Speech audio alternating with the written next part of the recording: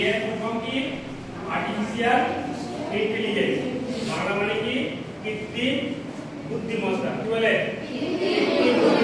কাজ কি না, আমরা যে সমস্ত কাজগুলো অনেকটা দেরি হয় কাজ করতে বা অনেক ভাবনা চিন্তা করতে অনেক সময় লাগে, সেই কাজগুলো আর্টিফিশিয়াল ইন্টেলিজেন্সের সাহায্যে আমরা খুব দ্রুত করতে পারি।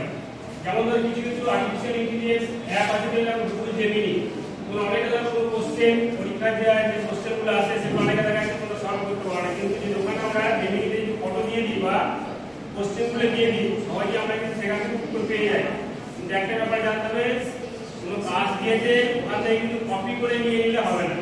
আর্টিফিশিয়াল ইন্টেলিজেন্সকে ব্যবহার করতে হবে, ব্যবহার করে সেটা করতে হবে, সেটা ওখান থেকে শিখতে হবে, নিতে হবে। কিন্তু যা বলেছে স্কুলেতে আর সেটা তোমরা কপি করে পেস্ট করে মেরে দিলে সেটা কিন্তু হবে না।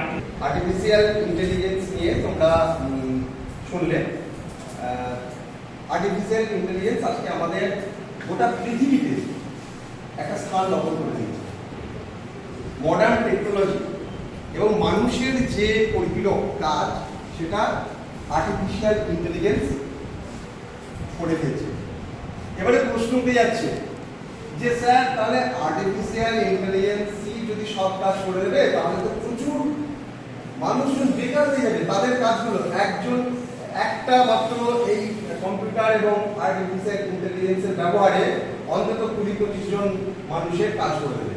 তাহলে কিভাবে এই যে ছাঁটাই হয়ে যাচ্ছে, তাহলে সেটা খারাপ বিষয়টা তা নয়। যখন কম্পিউটার প্রথম চালু হয় তখনও মানুষ বলেছিল একটা কম্পিউটার অনেক জনের কাজ করবে, তাহলে মানুষ বেকার হয়ে যাবে। কিন্তু দেখা গেছে যে কম্পিউটার ওরিয়েন্টেড যে কাজকর্ম প্রচুর মানুষ এখন এনগেজ।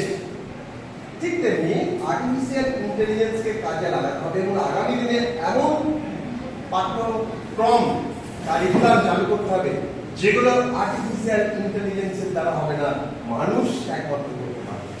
ঠিক আছে, ওই জন্য আর্টিফিশিয়াল ইন্টেলিজেন্সের ভালো দিক খারাপ দিক সব দিকই তোমাদের জানতে হবে।